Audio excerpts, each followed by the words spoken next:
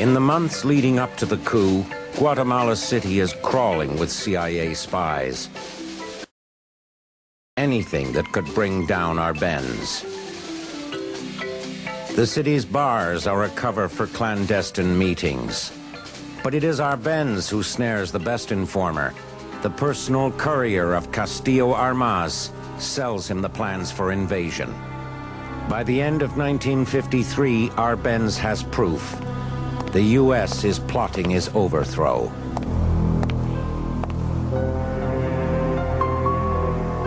The threat is real. Arbenz must prepare for war.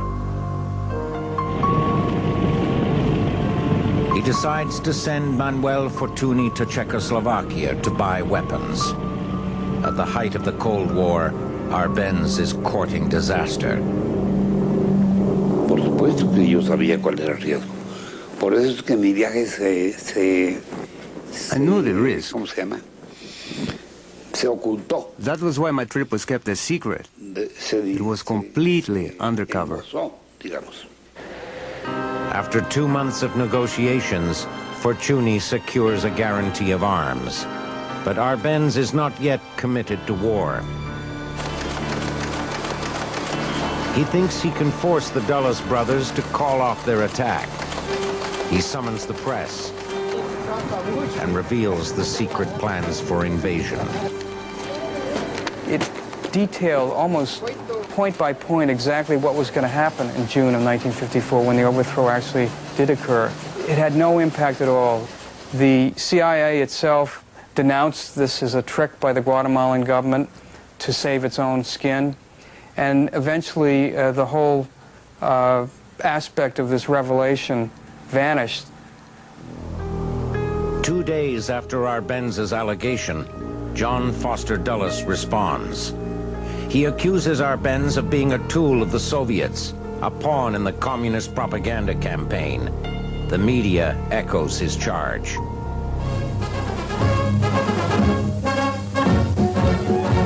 Caracas, Venezuela, scene of the Inter-American Conference being held for the March 4th, 1954. Dulles chooses a meeting of the Organization of American States to isolate Arbenz, to cast his government as an outlaw. No nos hacíamos ninguna ilusión. Sabíamos perfectamente bien que en We didn't have any illusions. a Guatemala. We knew perfectly well that in Caracas, Guatemala would be on trial. Del gobierno de Arbenz mediante. They would condemn Arbenz and his government by condemning the intervention of international communism in Latin America.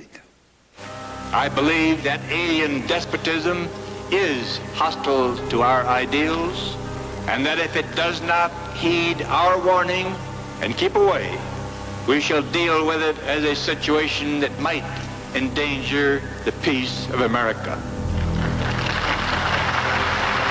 His argument was that here you have a situation where communism is rearing its ugly head, and you have to be with us, like it or not.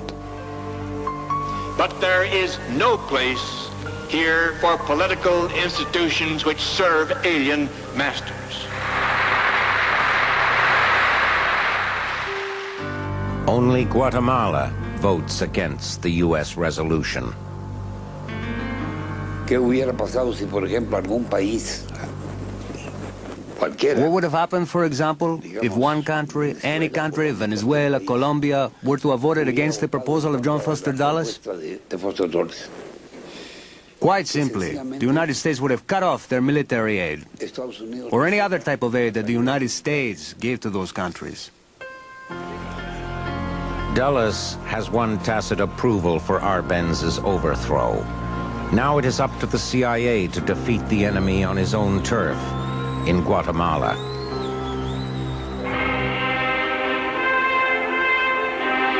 From a shack just beyond the Guatemalan border, the CIA launches its radio war.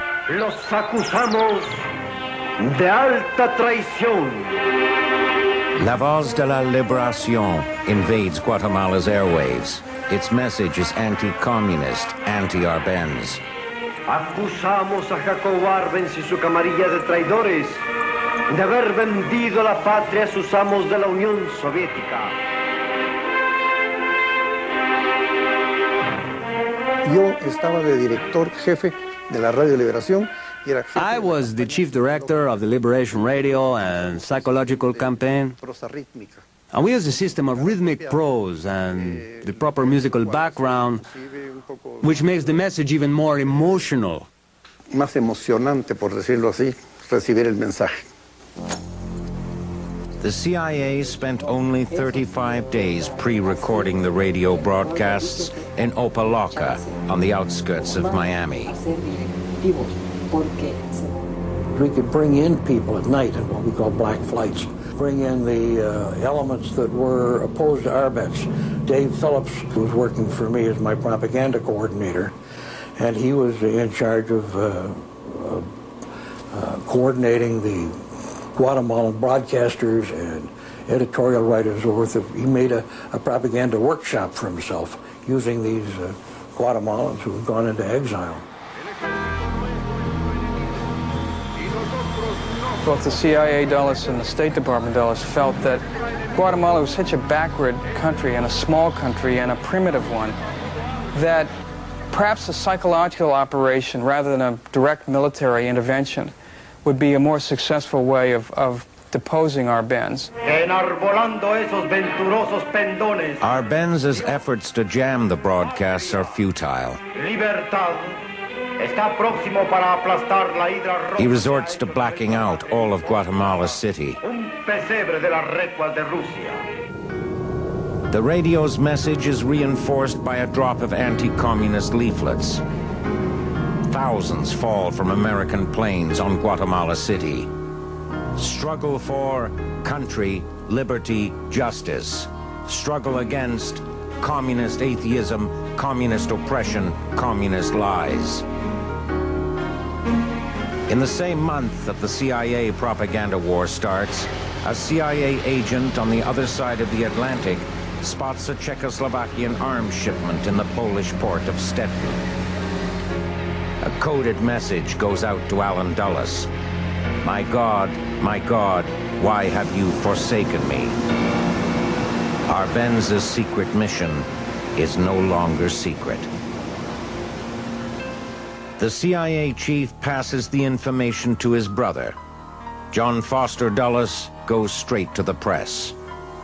I was covering the State Department for the United Press at the time, and every day Link White, the spokesman of the State Department, would give us a navigational report on where the Alphen was.